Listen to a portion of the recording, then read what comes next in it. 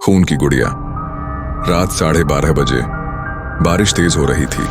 सना पुराने कबाड़ खाने से एक पुरानी गुड़िया उठा लाई। गुड़िया के चेहरे पर खून के धब्बे थे और एक आंख टूटी हुई। जैसे ही उसने गुड़िया को टेबल पर रखा, गुड़िया के होंठ हल्के से हिले। मैं फिर आ गई हूं। सना घबरा गई। उसे लगा ये वहम है, लेकिन तभी गुड़िया की टूटी आंख से लाल तरल गिरने लगा। खून। वो फर्श पर गिरते ही उबलने लगा और उसमें से किसी के नाखून जैसे पंजे बाहर आने लगे। सना पीछे हटने लगी। तभी गुड़िया अपने आप हिलने लगी। उसका सिर 180 डिग्री घूम गया और अंदर से बच्चे जैसी हंसी की जगह गरजने की आवाज आई। गुड़िया कूदकर उसकी टांगों में अपने दांत गड़ा देती है, मांस के टुकड़े खींचते हुए। खून फर्श पर फैलने लगा और खून में अजीब आकृतियां बनने लगीं। छोटे छोटे गुड़िया जैसे चेहरे जो हंसते हुए सन्ना को घूर रहे थे।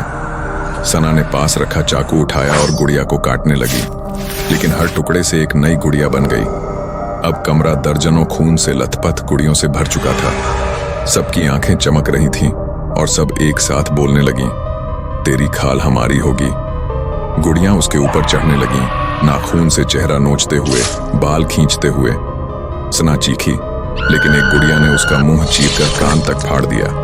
सना ने पूरी ताकत से एक गुड़िया को दीवार पर पटका, पर वो दीवार से चिपककर उसमें समा गई। दीवार से खून रिसने लगा और उसमें से एक मानव आकार का, लेकिन गुड़िया जैसा चेहरा वाला लंबा सा प्राणी बाहर आया। उसके हाथ में दर्जनों सुइयां थीं।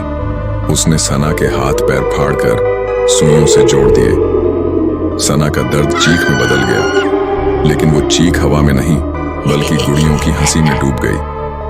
गुड़िया प्राणी ने सन्ना के शरीर में धागा पिरोना शुरू किया, जैसे उसे खिलौना बना रहा हो। उसकी आंखें निकालकर एक छोटी गुड़िया में फिट कर दी। अब सना के शरीर से खून टपक रहा था, पर उसकी आंखें एक नई गुड़िया के चेहरे से झांक रही थीं और वो भी हंस रही थी।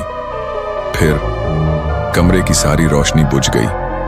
जब सुबह दरवाजा टूटा तो अंदर सिर्फ एक पुरानी खून से सनी गुड़िया पड़ी थी।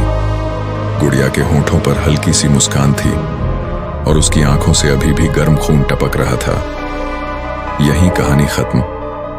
कोई नहीं जानता सना को निगलने के बाद वो गुड़िया कहाँ गई।